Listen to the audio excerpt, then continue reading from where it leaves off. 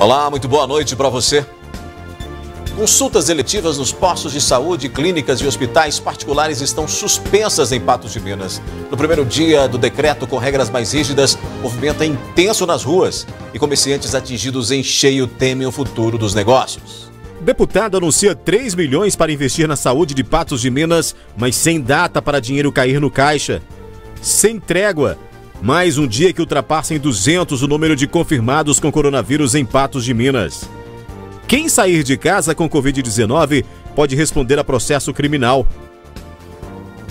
Tem ainda a nossa análise de notícias e muito mais informações. É agora, no NTV News, que já está no ar.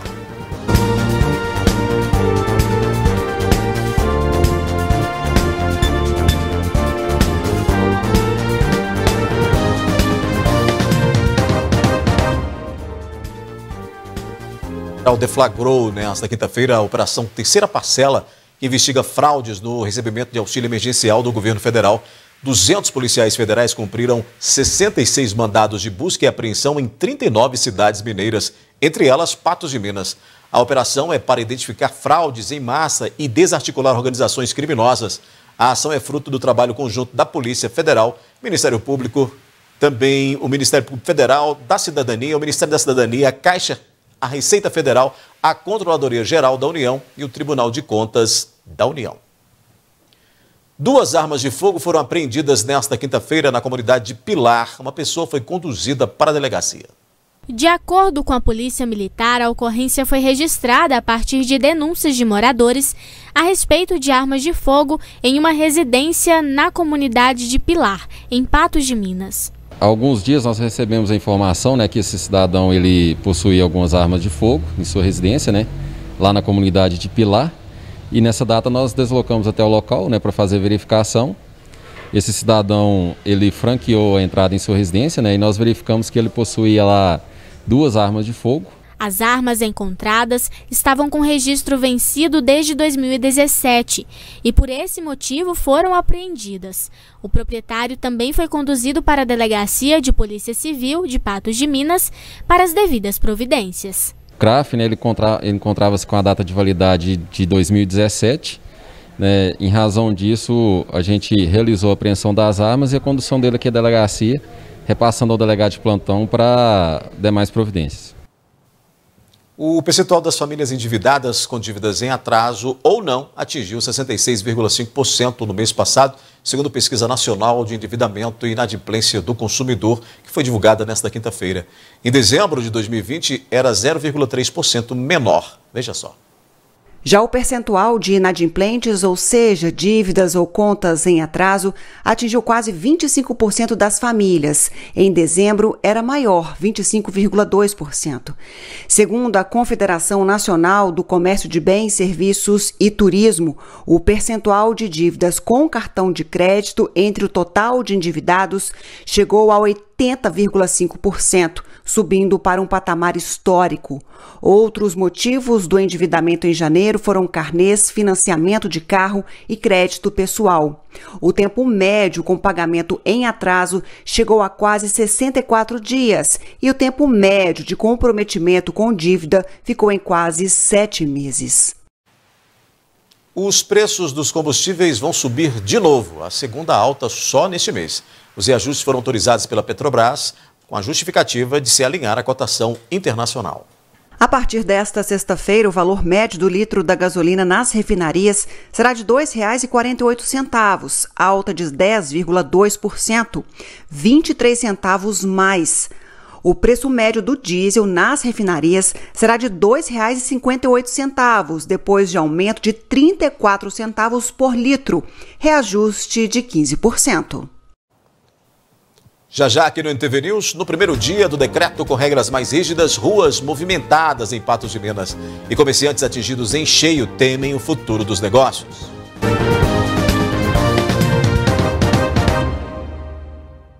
Após a publicação do novo decreto, os serviços não essenciais terão que ficar de portas fechadas, pelo menos nos próximos 15 dias em Patos de Minas. Empresários e comerciantes estão temendo o futuro dos negócios. A Luana é empresária, trabalha em uma academia e foi uma das mais prejudicadas com a pandemia do novo coronavírus. No ano passado, ela teve que manter as portas do seu negócio fechadas por pelo menos 6 meses e só agora estava começando a perceber uma melhora no setor e nos lucros. Entretanto, foi novamente atingida pelas medidas rigorosas do novo decreto. Eu acredito que nós chegamos no limite mesmo, por mais que seja doloroso, por mais que seja difícil a decisão de termos que fechar por mais 15 dias, depois de termos passado tantos meses fechados, eu acredito que o momento não tinha outra alternativa. Porém, tudo vai depender realmente da colaboração das pessoas em relação a esse decreto imposto, né? Se as pessoas não obedecerem, não derem um jeito de se conscientizar e realmente tentar não se aglomerar, né, não fazer as festas, de nada vai adiantar estar proibindo a gente por abrir, né, pelos próximos 15 dias. Já a Regina trabalha no ramo da beleza e tem um salão na cidade. Rigoroso foi a palavra utilizada para definir as medidas adotadas pela prefeitura do município para conter a pandemia. Dessa vez foi um pouquinho mais rigoroso, né? Porque além do fechamento, né, em si, ainda tem a reclusão, né? Que as pessoas precisam estar em casa a partir das 10 até às 5 da manhã, né?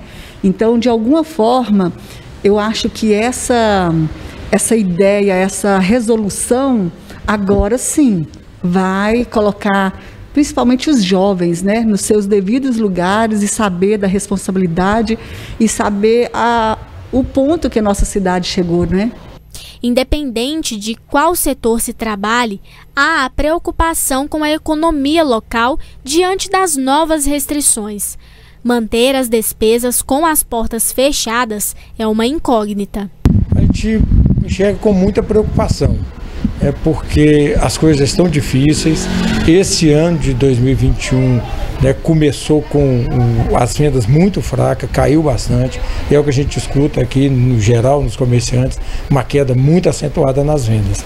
Então, em função disso, cria uma preocupação na gente, quer dizer, se a gente fecha, até quando a gente vai suportar, manter as despesas fechadas? As contas, por mais que tenham acesso, conversa, negociação, os impostos, as contas de luz, de água, né, telefone, internet, ou seja, nós temos as despesas fixas que essas não param.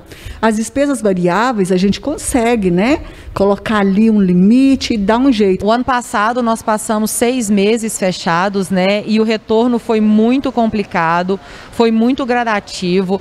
Mês após mês nós tivemos melhores números, mas mesmo assim ainda, falando da nossa empresa, nós não conseguimos alcançar, né, os números que nós tínhamos antes da pandemia. Mas ainda existem as possibilidades para segurar as pontas pelos próximos dias, como o serviço em sistema delivery e as redes sociais para negociar e vender de forma online. E eu vou trabalhar da minha casa com as vendas remotas, com delivery, entrega, né? E envios via correio para fora, porque no comércio, na loja, não tem como trabalhar. Porque uma também que a gente quer fazer a parte da gente para não contaminar as pessoas e não ter muito risco, né? Porque tá muito perigoso, é a coisa muito séria. É fato que todos compreendem o momento atual, mas, ainda assim, há quem acredita que, já que é para manter as pessoas em casa, seria necessário fechar absolutamente tudo, inclusive os bancos. Durante o horário de expediente bancário, está sempre lotado, com fila, o pessoal esperando para aguardar para entrar. Não faz muito sentido você fechar o comércio, mantendo as instituições financeiras funcionando. E se, passados os 15 dias, o comércio não voltar? Esse é o nosso maior receio. Se for por 15 dias, a gente vai fazer de tudo para manter o funcionamento da forma possível, né, através de aulas online, atendendo nossos alunos da melhor maneira, para que ninguém seja prejudicado com essa interrupção de 15 dias. Porém, ultrapassando esse período, realmente muitas empresas não vão conseguir sobreviver.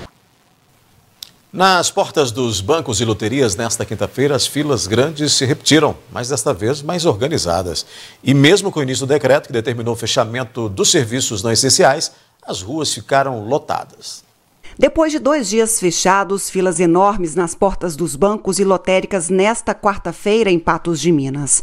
Sem funcionários para organizar o fluxo de pessoas, a fiscalização, com o apoio da Polícia Militar, foi acionada e a maioria teve que encerrar os atendimentos presenciais por descumprirem as medidas de controle de distanciamento, organização das filas e disponibilização de álcool em gel. Quem aguardava teve que voltar para casa. Nesta quinta-feira, as filas grandes se repetiram. Entretanto, as regras estavam sendo cumpridas pelos estabelecimentos. Nas ruas, muitas pessoas, mesmo com o início da validade do decreto municipal em que serviços essenciais devem permanecer fechados e pelos próximos 15 dias. O edital para concurso de recenseadores e agentes para o censo 2021 foi publicado nesta quinta-feira pelo IBGE. São ofertadas 204.307 vagas temporárias. Veja como se inscrever. São 181.898 vagas para a função de recenseador, 16.959 para agente censitário supervisor e 5.450 para o cargo de agente censitário municipal.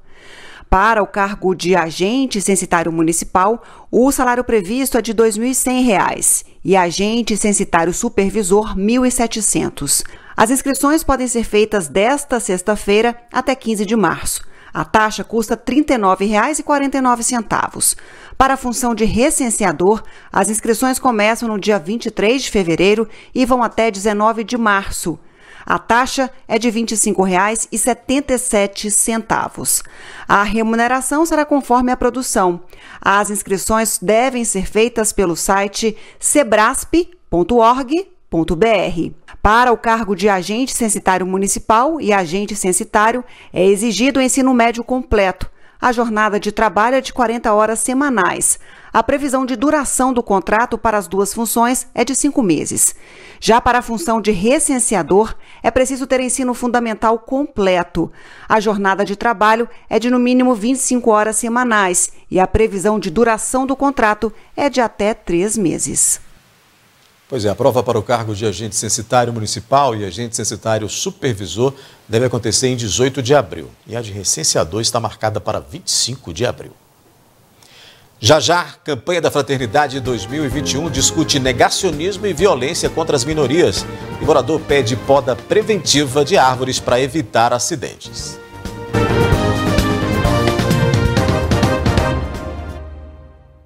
Um morador de Patos de Minas está preocupado com a falta de podas preventivas de árvores. Há uma árvore na orla da Lagoinha que está prestes a cair, oferecendo risco aos moradores. O Rodrigo foi quem procurou nossa equipe de reportagem para relatar o problema. A árvore em questão, segundo ele, está se deteriorando e a ponto de cair.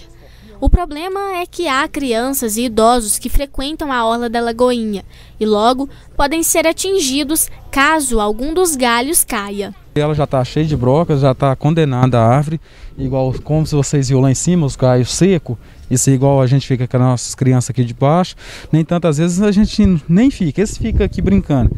Uma árvore dessa, aquele galho que está seco lá pode cair em cima da criança até machucar ou vir até a óbito.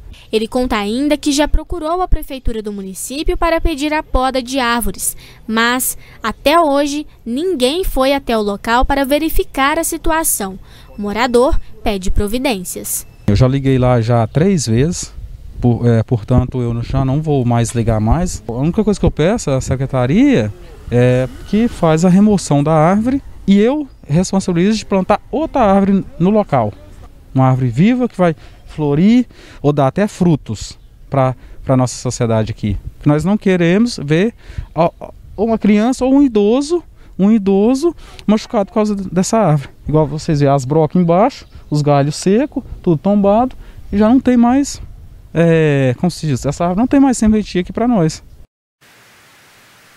A Prefeitura de Patos de Minas disse que assim que for notificada formalmente o pedido, será encaminhado ao setor responsável para análise.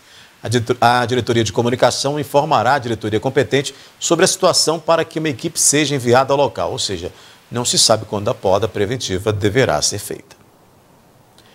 O lançamento da campanha da fraternidade deste ano gerou polêmica entre conservadores e negacionistas. Com o tema Fraternidade e Diálogo, Compromisso de Amor, a mensagem reprova a negação da ciência e combate à violência contra as minorias.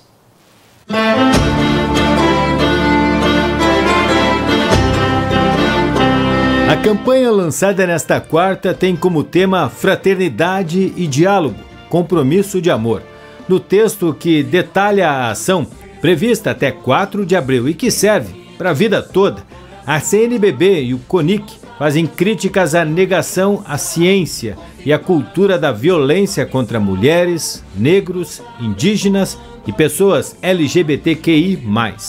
Em 60 anos, essa é a primeira vez que a campanha da Fraternidade insere o público LGBTQI+, na pauta.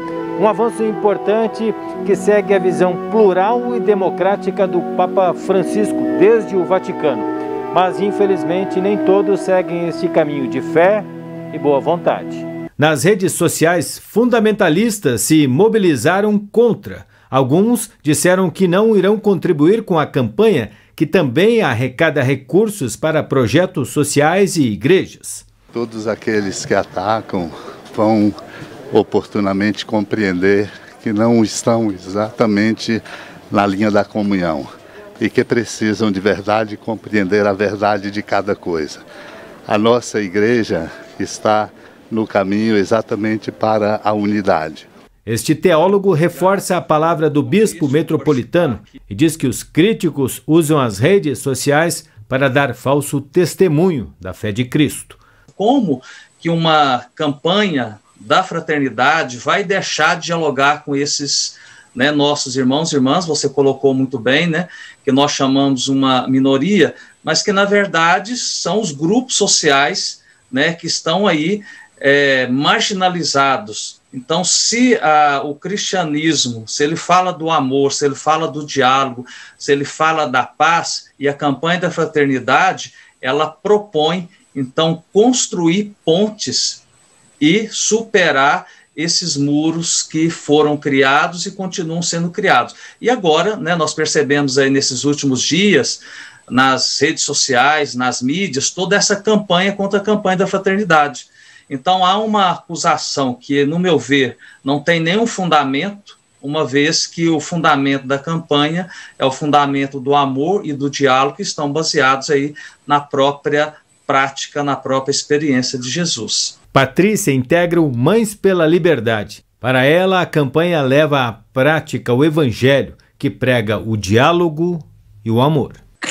As religiões têm lidado historicamente com a demonização do ser humano, que é um ser humano LGBT. E pecado, ele passa por muitas questões.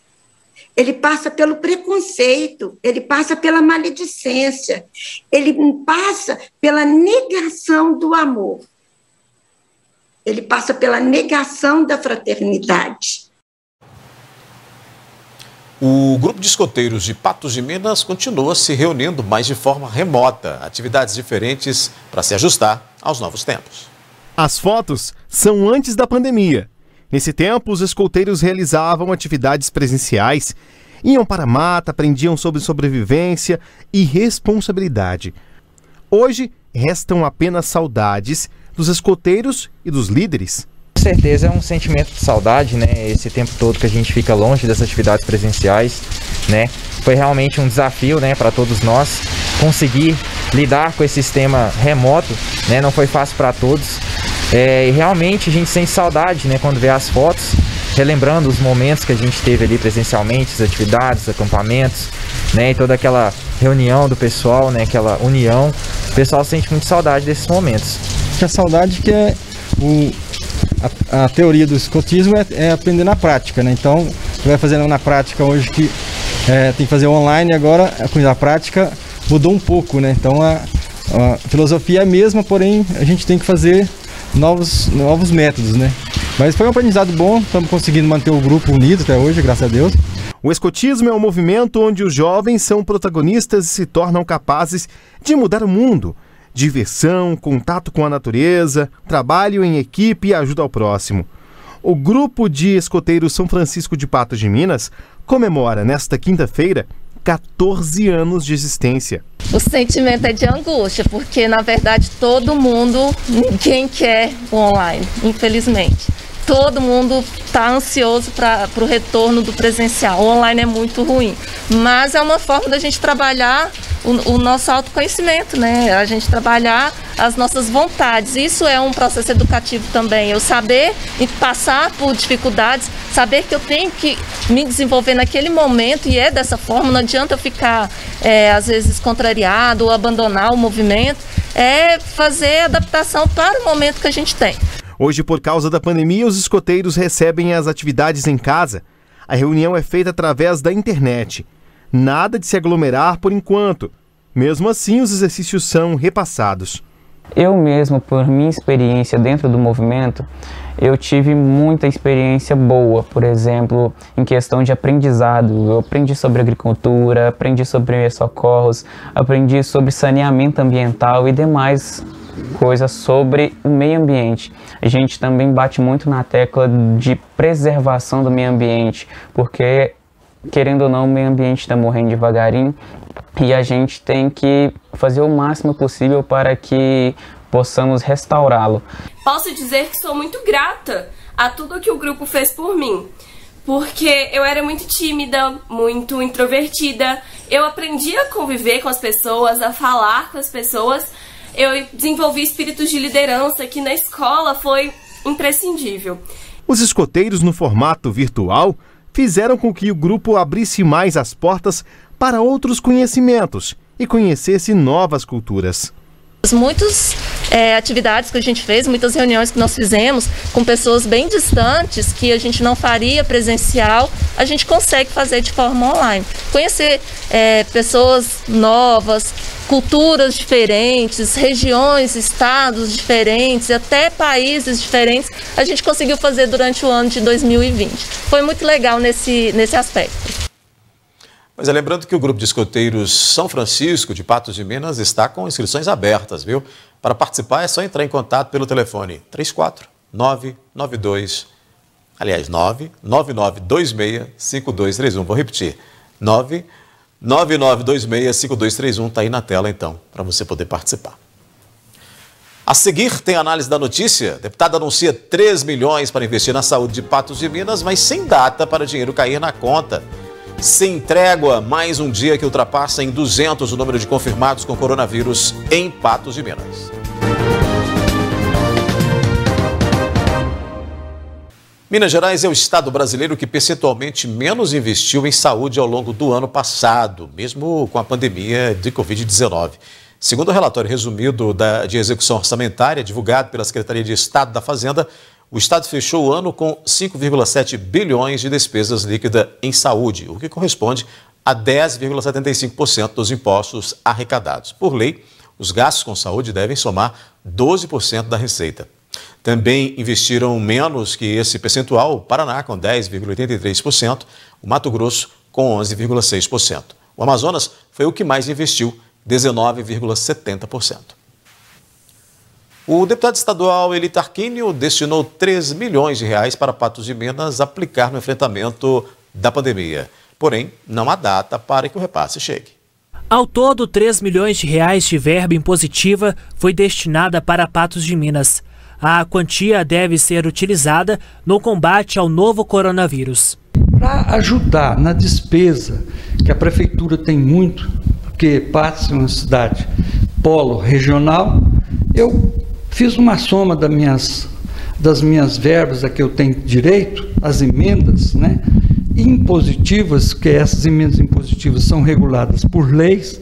Consultei o prefeito, ele aceitou de bom grado, porque está passando dificuldades, de muita, principalmente nesse pico agora, ele precisa de ter certeza que tem um recurso assegurado a mais para fazer um pouco de diferença às despesas. 315 mil reais também se juntam à verba. Tem mais 315 que 2 vereadores, né, me tinham solicitado as verbas anteriormente. Como o dinheiro ainda não veio, nós vamos incorporar são 315. Os 2 vereadores é o Gladstone, que é do ramo, né, que trabalha muito, conhece muito sobre o SUS, e o Zé Eustáquio, né? Eles vieram aqui, eu já tinha caracterizado, disponibilizado essas verbas para eles, e então vai incorporar. Será 3.315.000. No entanto, os R$3.315.000 não têm data definida para chegar nos cofres de Patos de Minas. A vinda do secretário estadual de Saúde, Carlos Eduardo Amaral, deve agilizar o repasse. O governo tem compreensão e certamente ele vai acelerar o pagamento desse valor, porque ele tem um prazo para pagar, mas nessa circunstância tudo é emergência e tudo é urgência, né? Ele estará aí terça-feira para analisar também em loco, né, as dificuldades que nós estamos passando, e ele também tem tido muito compromisso com o povo de Minas Gerais. Também, como dissemos ontem, a deputada federal Gleice Elias conseguiu, junto à Secretaria de Atenção Especializada do Ministério da Saúde em Brasília, 7 monitores cardíacos multiparamétricos. Os dispositivos integram os equipamentos necessários para o funcionamento de UTIs. De acordo com o Ministério da Saúde, os equipamentos serão entregues em Patos de Minas na próxima semana. Vamos à análise da notícia com a jornalista Ludmila Bahia. Olá, Ludmila, boa noite. E aí, como é que fica essa questão, né? Nós temos aí anúncios de benfeitorias, anúncios aí de aportes financeiros e também de equipamentos, mas isso ainda demanda um certo tempo para chegar. Como fica o povo em meio a tudo isso, não é, Odair? Boa noite para você, boa noite a todos que acompanham o NTV News, agora com a análise da notícia. Antes você disse aí sobre essa questão de Minas Gerais, é o estado que menos investe em saúde, uma das áreas mais carentes e também prioritárias para o bem da sociedade, mas, infelizmente, nesse apanhado comparativo com todos os entes federados, Minas está lá na beirada em termos de investimento, não investe o mínimo aí do que é exigido por lei.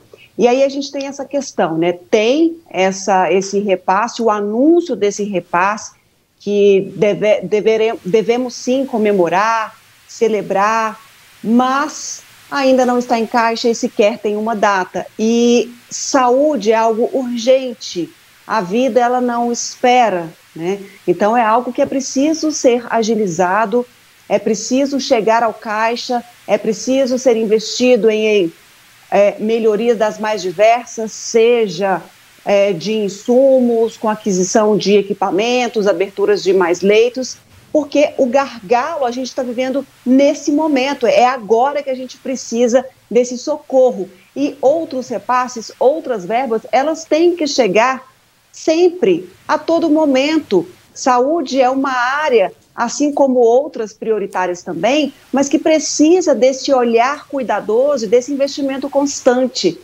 A gente até comentava ontem, né, que só depois de ter estabelecido esse caos, temos chegado nesse momento onde muitos doentes estão internados, pessoas em isolamento domiciliar, muitos entes chorando a partida dos seus. É preciso chegar nesse colapso do sistema para ter uma mobilização maior das autoridades. E o que a gente espera é que esse olhar, esse cuidado seja perene, seja constante, para que não tenhamos que viver sufocos como o que estamos vivendo agora. Até porque, Ludmila, a gente, e quando eu digo a gente, eu digo todas as pessoas, independente das que estão doentes ou não, não podemos, num momento como esse, enfrentar uma burocracia para a liberação de um recurso, né? Porque a gente precisa de agilidade, tanto do Estado como do Ministério da Saúde, para que isso chegue para amanhã, seja logo, né? Não dá para entender, né? Até porque quando se instala uma calamidade pública, Patos de Minas vive essa situação, assim como a maioria dos estados, das cidades mineiras, assim como outros estados brasileiros também, instala-se essa calamidade justamente para minimizar aí essa burocracia que está instalado o sistema público. Mas para algumas questões impressionante, viu, Odair, todo mundo que assiste o NTV News, como a coisa não anda. parece até má vontade do sistema, mas a gente espera que essa data seja anunciada o quanto antes e que esse dinheiro chegue e seja investido da melhor forma, porque todos clamamos por saúde. Primeiro, como você disse aí, para atender os doentes que precisam urgentemente de um atendimento de mais qualidade. E para toda a sociedade, para que tenhamos segurança num ambiente de incerteza. Pois é. Ludmila, por falar na Covid, hoje Patos de Minas voltou a registrar mais de 200 casos. Nós temos o comparativo, vamos colocar aí na tela. Essa média alta, esse contágio em alta, continua preocupante. As pessoas não podem se esquecer de que realmente é necessário todos os cuidados e isso está estampado nesses 2 boletins que estão aí na tela, né? Infelizmente, Odair, a gente tem esse número preocupante de novos casos confirmados e registrados em boletim, porque a gente sabe que muitos não agregam aqui por falta de testes, por falta de procura, de atendimento hospitalar, tem a questão dos assintomáticos também. Então, hoje, temos aí a confirmação de 201 novos casos, temos mais internados, mais pessoas com necessidade de tratamento em leitos de UTI, permanece o número de óbitos segundo aí a Prefeitura de Patos de Minas. E o outro número que preocupa e que bate recorde daí nesse boletim é a quantidade de pessoas em isolamento domiciliar, chegando aí a quase 1.500 pessoas. São números que nos levam a continuar em alerta e com atenção total com relação às medidas necessárias. E a gente sabe que isso só se dá em ação conjunta com os governos de todas as esferas, bem como com toda a sociedade. Num esforço conjunto que a gente chega num resultado em que teremos aí uma maior tranquilidade, porque por enquanto não dá. E há semanas vivemos nessa tensão, nesse caos instalado. Pois é, nós temos também o comparativo de ocupação hospitalar, né, dessa taxa de ocupação hospitalar, que é justamente o reflexo de tudo isso quando a gente vai analisar essa peregrinação, né, desses pacientes, tanto de Patos quanto da região, em busca do atendimento médico, que está aí na tela também, Ludmila, para a gente comparar entre ontem e hoje. Apesar de termos tido aí um leve recuo nesse percentual de ocupação de leitos clínicos e de UTI, de longe dá para comemorar, de longe dá para poder respirar aliviado. Até porque se a gente tem aí quase 200% de ocupação de leitos clínicos, quase 150% de ocupação de leitos de UTI, falando de hospitais públicos e privados, a gente sabe que o sistema está colapsado e os pacientes atendidos de forma improvisada, além da capacidade, além do suporte necessário do que foi feito para receber esses doentes. Então, a gente tem aí uma oscilação de números de ocupação hospitalar, mas, por hora, não dá para a gente pegar um único percentual com uma leve queda e ter isso como regra. É preciso de continuar aí com os cuidados, com a atenção e, obviamente, com os gestores, com essa preocupação de aumentar os leitos, de aumentar equipes, de aumentar esse suporte para atendimento aos doentes, até porque a gente sabe que temos aí em vigor um decreto e por mais que se tenha uma restrição na circulação de pessoas, por mais que se tenha o fechamento de muitas atividades econômicas, é preciso de um tempo até que se faça algum tipo de efeito para a diminuição da contaminação pela Covid-19. Ludmila, vamos fazer uma parada rápida aqui no NTV News? O Luiz, pode voltar aqui para a gente? Vamos fazer uma parada rápida e na sequência a gente fala sobre as consultas eletivas nos postos de saúde e clínicas de hospitais particulares que estão suspensas em Patos de Minas. Médicos criticam, viu? E quem sair de casa com Covid-19 pode responder o processo criminal.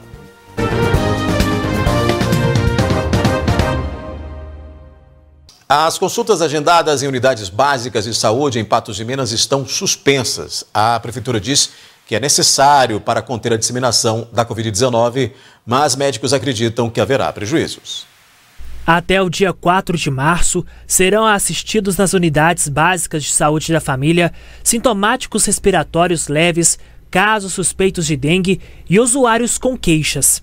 Vai até 4 de março, né? Começa hoje a vigorar aí o decreto do prefeito. Ele foi baseado nas orientações que foi repassado pela SES, né?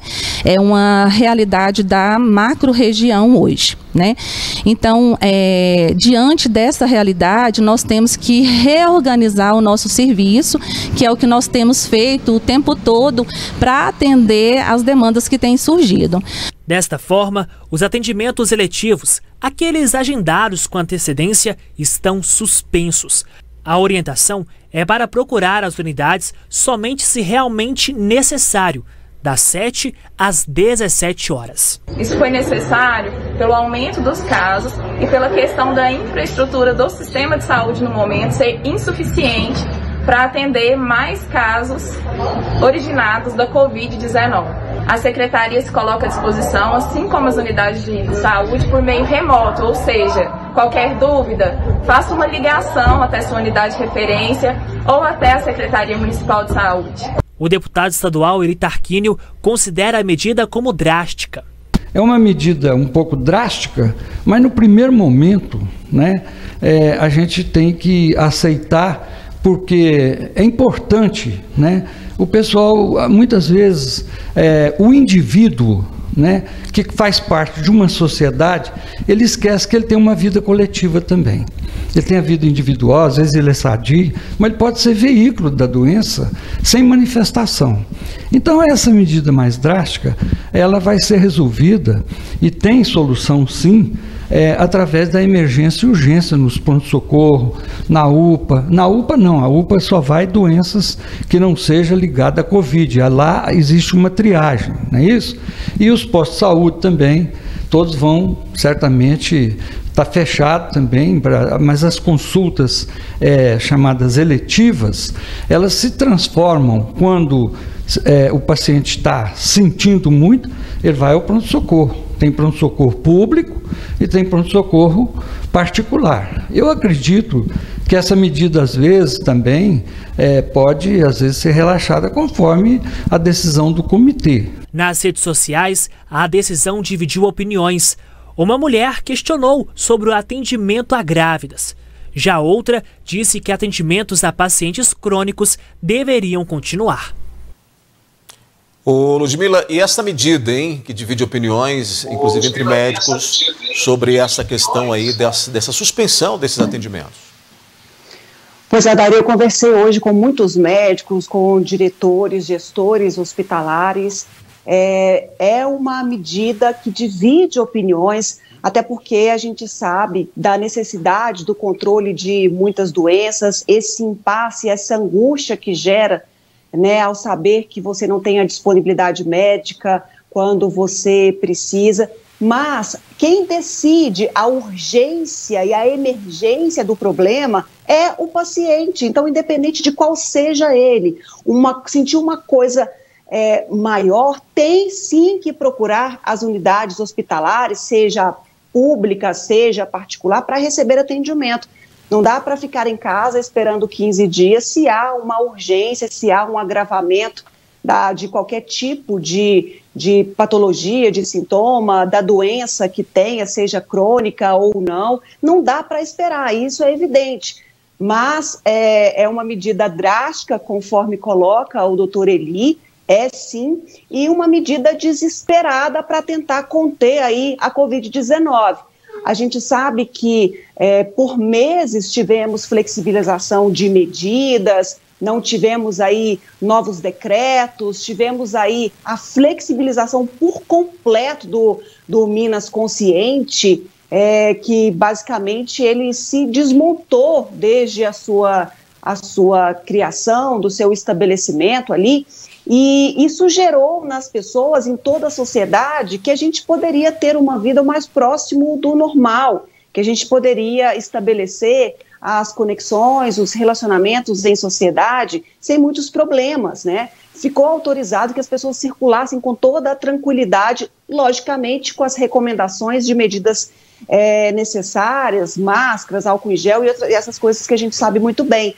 Mas tudo isso culminou no que a gente tem hoje. Então, é aquela ação descoordenada, completamente descoordenada, onde não há medidas e aí as pessoas têm aquela sensação que está tudo tranquilo, que podem ter e levar uma vida sem nenhum problema, e aí dá no que dá, e a gente tem todo esse movimento agora de medidas drásticas aí para tentar conter tudo isso. Então, é um movimento, na minha avaliação, desesperado, porque a gente tem um sistema colapsado em toda a região, nas macros, Noroeste, Triângulo do Norte, são problemas que persistem e devem continuar pelos próximos dias, infelizmente. Então, é um conjunto de fatores que se somaram, que tem essa realidade vivida com muita angústia por todos nós. E o que a gente espera é que isso seja resolvido o quanto antes, que as pessoas também não fiquem em casa caso precisem de atendimento, caso precisem fazer qualquer tipo de consulta, porque quem vai definir essa urgência, essa emergência, é cada um. Isso pode impactar também na UPA, né, Ludmila? Uma vez que os bairros, nas UBS, esse tratamento, esse atendimento vai ser restrito, esse paciente pode realmente se dirigir à UPA ou deverá se dirigir, e isso deve ter um impacto. Até nos próprios hospitais particulares. O médico me disse hoje, olha, então eu vou fechar o meu consultório, não vou fazer uma consulta eletiva, as cirurgias eletivas já estão suspensas há muito tempo no sistema público, por exemplo, desde o ano passado, há muitos meses as cirurgias foram suspensas, agora é uma determinação que vale para todo o estado.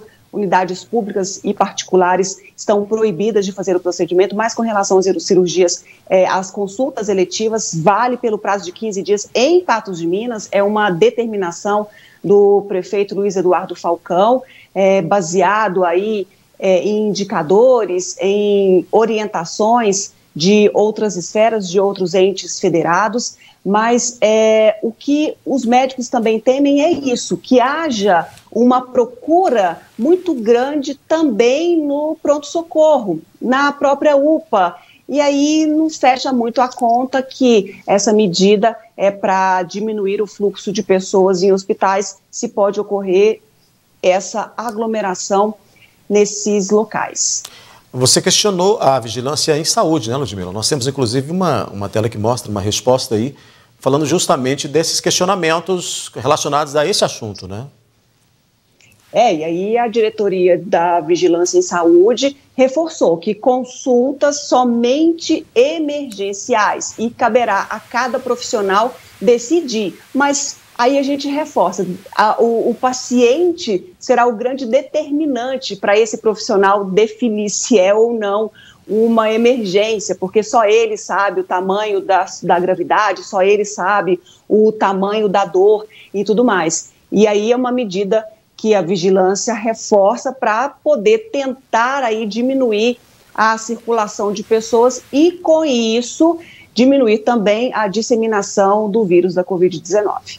Muito bem, vamos seguir então com mais um assunto. Quem está infectado com uma doença contagiosa, como a Covid-19, e sai de casa, pode responder criminalmente. A gente tem um material sobre isso.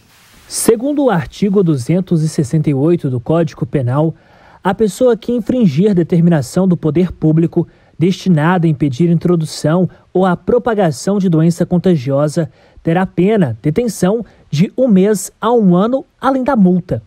Em seu parágrafo único diz: a pena é aumentada de 1/3 se o agente é funcionário da saúde pública ou exerce a profissão de médico, farmacêutico, dentista ou enfermeiro.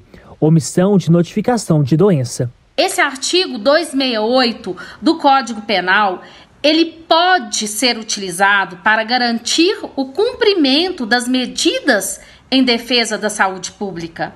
Medidas essas já instituídas através de decretos estaduais e decretos municipais. Convém ressaltar ainda que, se a pessoa sabe, se a pessoa tem conhecimento que ela está contaminada pelo coronavírus, ela pratica ato capaz de produzir o contágio a partir do momento que ela sai de casa. Um estudo realizado por um Instituto de Tecnologia nos Estados Unidos apontou que, em média, uma única pessoa é capaz de passar o vírus SARS-CoV-2 para outras 6 pessoas. Isso dependendo das condições epidemiológicas do local. Segundo a diretora de Vigilância em Saúde de Patos de Minas, hoje a taxa de contaminação varia entre 1,2 a 1,3. A cada 100 contaminados, outros 120 ou 130 são contaminados, né? Então está muito elevado, né? Nós estamos aí com uma positividade enorme e precisamos muito da colaboração de todos, da comunidade, né?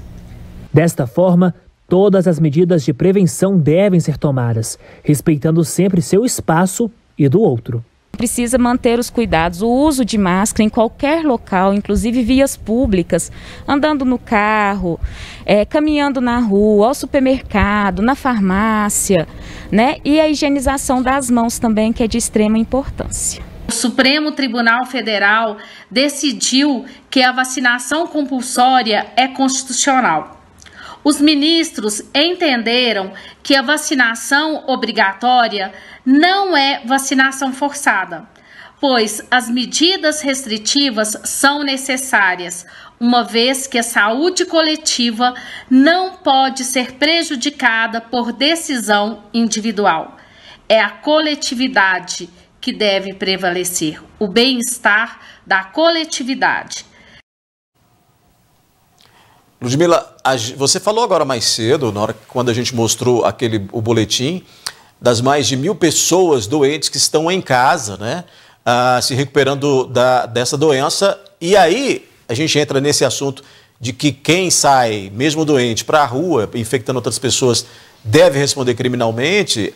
É uma situação que nos coloca em risco, né, o tempo todo, de pessoas que sabem ou não e estão na rua aí, contaminando outras pessoas. E quando se sabe que está com a Covid, por exemplo, e sai, nada mais justo que essa pessoa possa arcar com todas essas questões de lei, né, para poder responder por uma irresponsabilidade muito grande.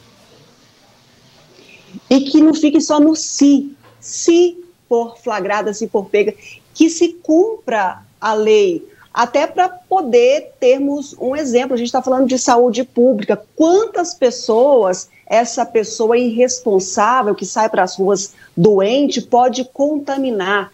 Então, é uma atitude de total irresponsabilidade de uma pessoa que não se cuida, de uma pessoa que não tem amor pela vida e sequer pela do próximo vai ter.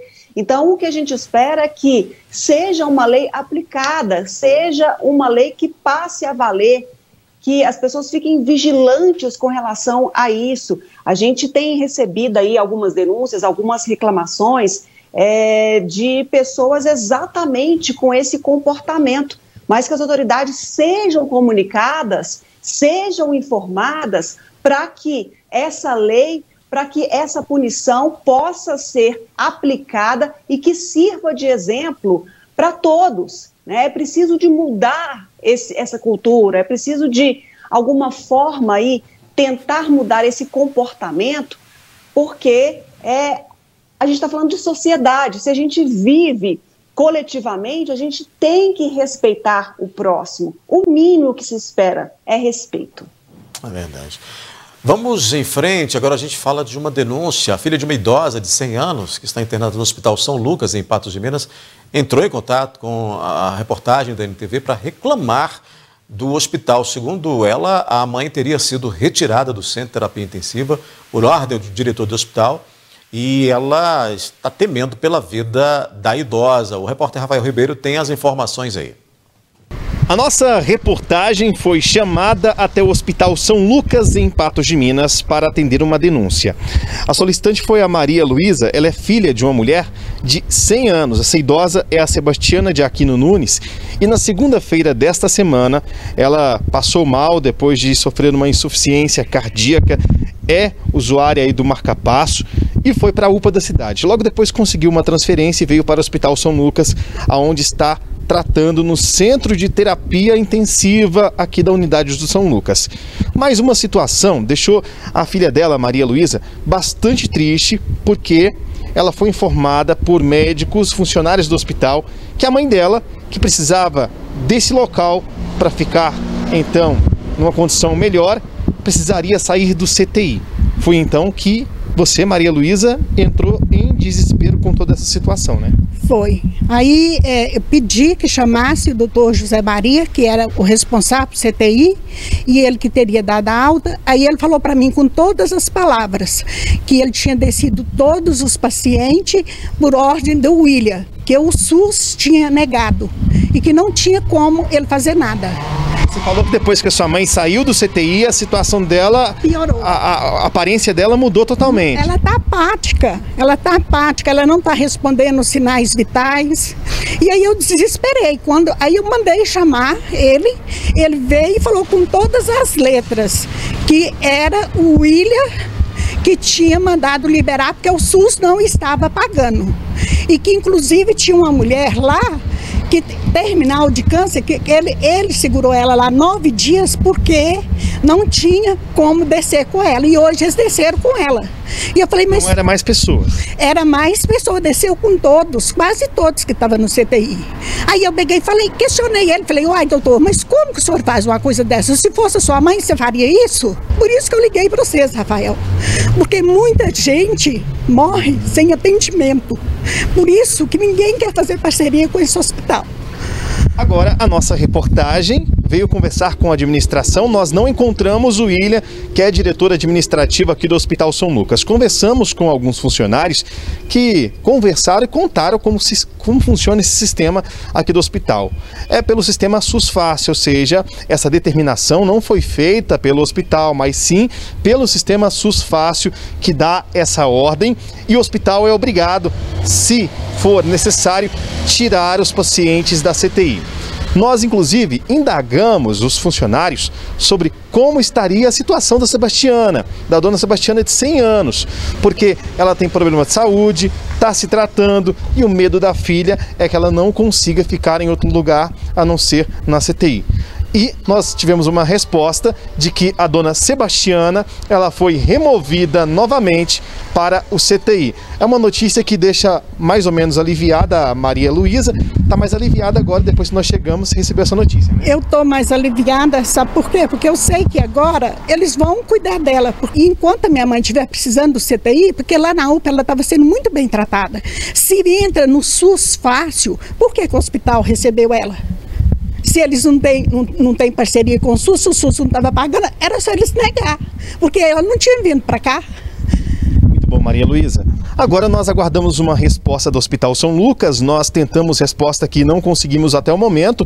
O recepcionista disse que ia entrar em contato com o médico que atendeu a dona Maria Luísa e nós vamos pedir uma nota, uma explicação do Hospital São Lucas através do diretor, que é o William, para saber o que aconteceu, se foi ordem realmente do SUS e por que a mãe dela voltou então para o CTI. Foi porque a reportagem chegou até o local? Nós vamos saber isso através dos desdobramentos desta reportagem. As imagens são do Diego Braga, Rafael Ribeiro, direto para o jornalismo da NTV. Ô, Ludmila, aí tem uma questão do desespero, né? De chegar ao ponto de ter que chamar uma equipe de reportagem diante de uma situação como essa. A gente não tem aí o outro lado, que manda o bom jornalismo ouvir o outro lado. Não tivemos aí essa resposta da instituição de saúde, do hospital. Mas, de qualquer maneira, fica registrado essa dificuldade, esse desencontro de informação para esta filha aí e o desespero dela diante da possibilidade da mãe com 100 anos de idade ser colocada nesse tratamento, entra no tratamento, sai do tratamento, vai para o centro intensivo, não pode, aí depois volta. É muito complicado, né? Ficamos aliviados que, de certa forma, pudemos ajudar essa filha desesperada com o quadro da mãe se agravando e numa determinação, segundo o Rafael, colheu essas informações com a equipe que estava ali, podia prestar esses dados, não com a diretoria ou com o setor administrativo, mas a gente colheu esses dados, ele colheu essas informações de que foi então uma determinação do sistema regulador e não do hospital. Mas aí vale aquele bom senso, será que ela estava mesmo em condições de deixar a unidade de tratamento intensivo para ir para um quarto? É isso que a gente quer saber. Qual é o quadro, o que o médico avalia, o que a direção diz com relação a essa medida? Porque como é que o SUS, o sistema regulador, toma sem também ter uma retaguarda do médico que a atendeu,